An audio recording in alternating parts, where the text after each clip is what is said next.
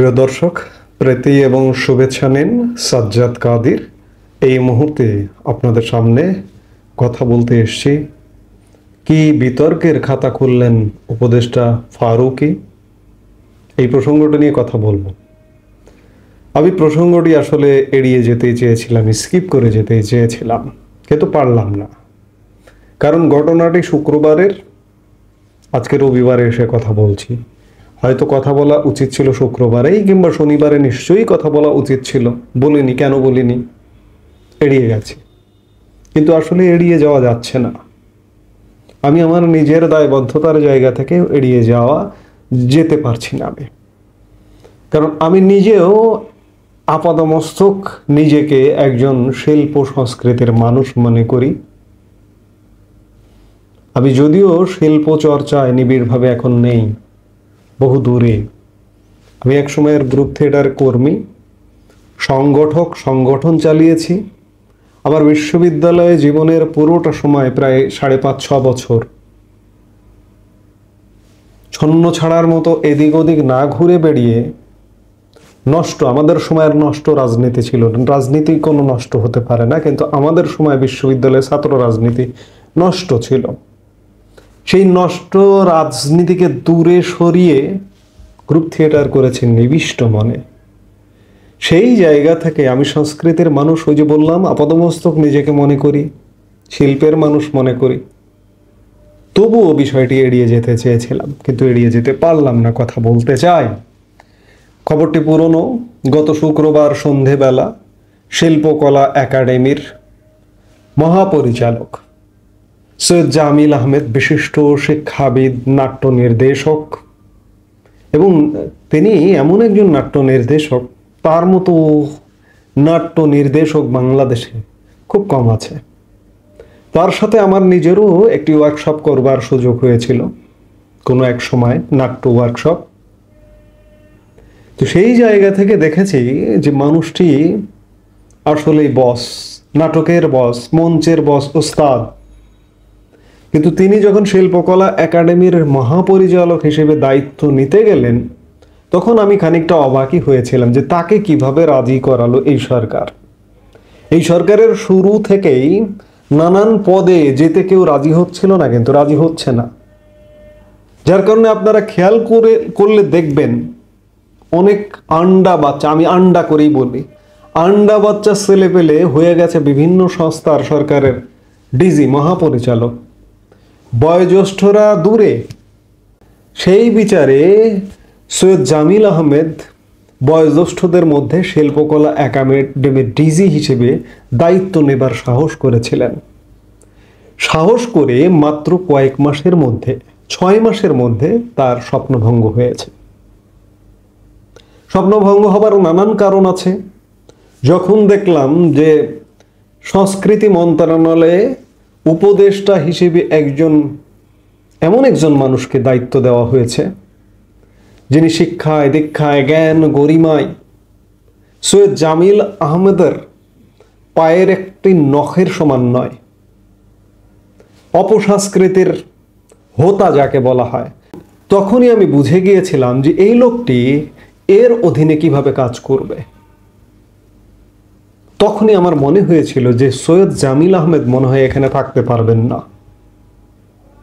সেটি হলো শুক্রবারে প্রকাশ্যে একটি অনুষ্ঠানে তিনি তার বক্তব্যের মাধ্যমে পদত্যাগের ঘোষণা দিলেন এবং শিল্পকলার সচিবের হাতে পদত্যাগপত্র হস্তান্তর করলেন। সৈয়দ জামিল আহমেদ বিদায় নিলেন এবং সরাসরি উপদেষ্টা মোস্তফা সরোয়ার ফারুকীর নামে অভিযোগ করলেন। মোস্তফা সরোয়ার ফারুকী শিল্পকলা থেকে কোনো রকম ফর্মালিটিস ছাড়া টাকা চান, কোনো রকম চিঠি ছাড়া টাকা চান, শিল্পকলা ডিজির কাছে চেক চান, এমন অভিযোগে অভিযুক্ত করেছেন শিল্পকলার ডিজি সৈয়দ জামিল আহমেদ। তিনি সর্বজন শ্রদ্ধেয় মানুষই ছিলেন, আছেন, এখনো আছেন। যদিও দুই একটা বিতর্কিত কথাবার্তা বলেছেন, বঙ্গবন্ধুকে নিয়ে তিনি বিতর্কিত কথা বলেছেন। আমি বঙ্গবন্ধুকে কখনো বঙ্গবন্ধু বলিনি, যার কারণে তাকে নিয়ে বিতর্ক থাকতে পারে। আচ্ছা, বঙ্গবন্ধুকে বঙ্গবন্ধু বললে পাপ হবে, জেল হবে, না ফাঁসি হবে? বঙ্গবন্ধু তো একটা নামের অংশ, বা বঙ্গবন্ধু একটি উপাধি। বঙ্গবন্ধু একজনকে যদি আমি বঙ্গবন্ধু বলে ডাকি, যাকে খেতাব দেওয়া হয়েছে বা উপাধি দেওয়া হয়েছে, আমার কি জিহ্বা পুড়ে যাবে? সৈয়দ জামিল আহমেদ এক বক্তব্যে বলেছিলেন যে আমি বঙ্গবন্ধুকে বঙ্গবন্ধু বলিনি, শেখ মুজিব বলেছেন। আপনি শেখ মুজিব, তার নাম শেখ মুজিব, বঙ্গবন্ধু তাকে মানুষ ভালোবেসে উপাধি দিয়েছে। আমি যদি বঙ্গবন্ধু বলি, সমস্যা কোথায়? আমি না বলাটা আমার সমস্যা, না বলাটা আমার দৈন্যতা, আমার কৃপণতা।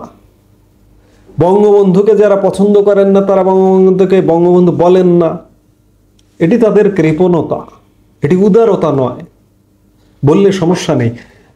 সৈয়দ জামিল আহমেদের মতো একজন বিদগ্ধজন এমন কথা বলেছেন, এই কথাটা আমি পছন্দ করিনি, বা অনেকেই পছন্দ করেন না। যেটি বলছিলাম যে সরাসরি উপদেষ্টা ফারুকীর বিরুদ্ধে তিনি অভিযোগ করে পদত্যাগ করলেন। গুরুতর অভিযোগ, আর্থিক অনিয়মের অভিযোগ, এবং বাজেট ডিস্ট্রিবিউশন নিয়ে তিনি অভিযোগ করেছেন। তিনি 165 কোটি টাকা চেয়েছেন, 100 কোটি টাকা দিয়েছেন, এবং সৈয়দ জামিল আহমেদ কথাও বলেছেন যে টাকাটি যেন তার বাপের টাকা ডিস্ট্রিবিউশন করছেন। আমাদের সংস্কৃতি মন্ত্রণালয়ের বাজেট এমনিতেই খুবই নগণ্য, 0.5 নয়, তারও নিচে। সেই বাজেট ডিস্ট্রিবিউশন করছেন ফারুকী এবং তার লোকজন বাপের টাকার মতো। ফারুকী পরে ফেসবুকে স্ট্যাটাস দিয়ে তার আত্মপক্ষ সমর্থন করেছেন, কিন্তু বাংলাদেশের মানুষ, আমি সৈয়দ জামিল আহমেদকে বিশ্বাস করব না, আমি ফারুকীকে বিশ্বাস করব? যে ফারুকী বাংলাদেশের অপসংস্কৃতির আমদানিকারক, যে ফারুকী 36শে জুলাই আমদানিকারক, একটি বিকৃতি তারিখের আমদানিকারক। আমি আমার পরবর্তী প্রজন্মকে কি শেখাবো? আমার ছোট্ট শিশুটি কি শিখবে? 36শে জুলাই তারিখ হয় নাকি কোনো? এই শেখার কথাই যখন বলছি, এই ফারুকী আমাদের টেলিভিশন নাটকের ভাষার উপরে প্রথম আঘাত এনেছে, এই ফারুকী। এবং আমার ভাষা শিক্ষার, বাচ্চাদের ভাষা শিক্ষার একটি অন্যতম মাধ্যম হচ্ছে গণমাধ্যম, সেটি টেলিভিশন। প্রথমত বাড়ি থেকে, বাসা থেকে, ছোটবেলা থেকে টেলিভিশন হচ্ছে ভাষা শেখার একটা অন্যতম মাধ্যম।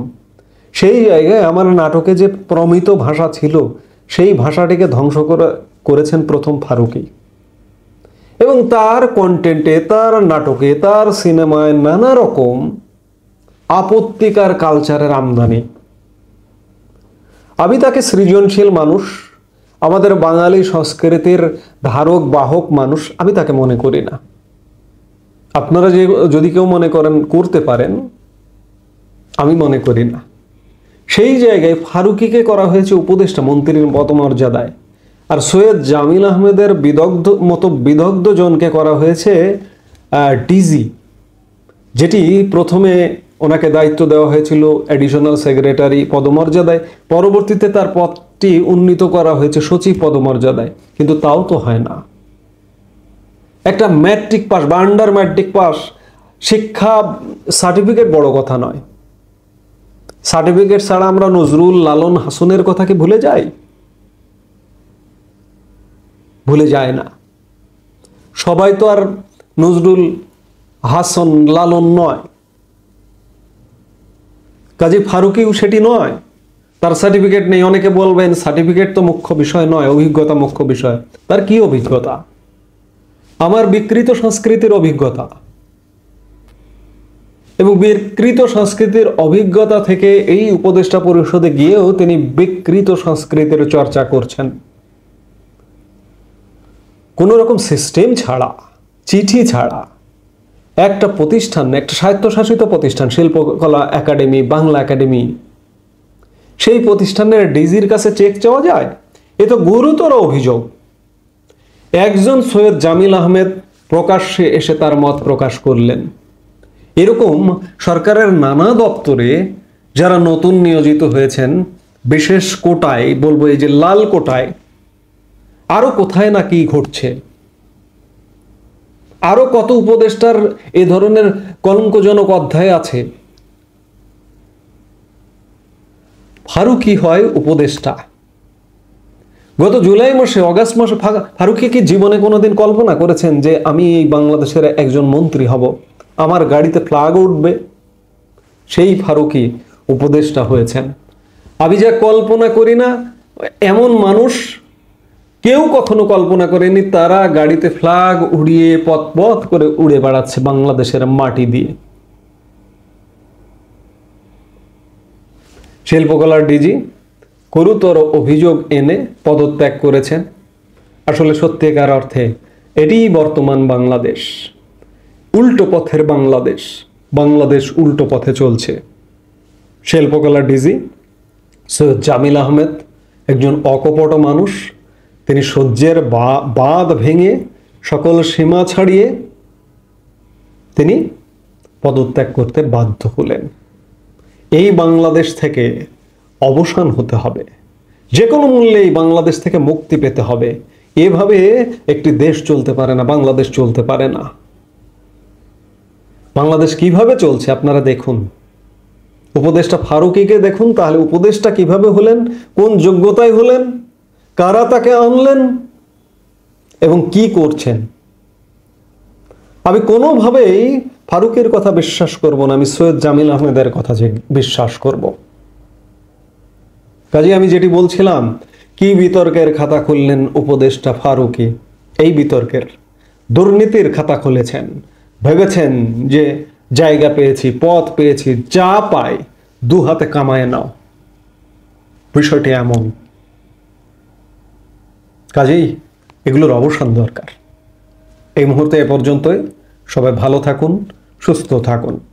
আমাদের ভিডিওগুলো নিয়মিত পেতে সাবস্ক্রাইব করুন Sajjad Kadir and the legends YouTube channel এবং লাইক, কমেন্ট, শেয়ার করে সাথে থাকুন।